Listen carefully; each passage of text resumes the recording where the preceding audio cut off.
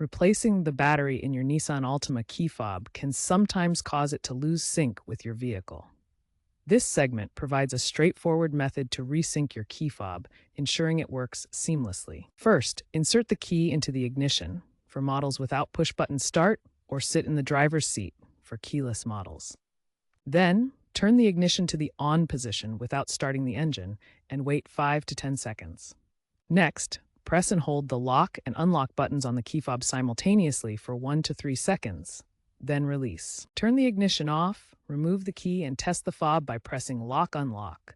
Doors should respond. If it doesn't work the first time, repeat the process, as some models may require multiple cycles. If the standard Resync doesn't work, ensure you're using the correct battery type. Most Nissan Altima models use a CR2032 battery, while older models may require a CR2025.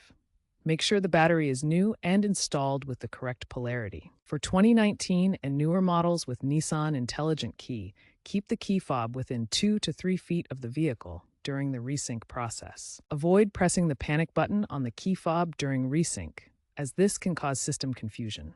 Be aware that interference from metal objects or other radio frequency devices can disrupt the resync process.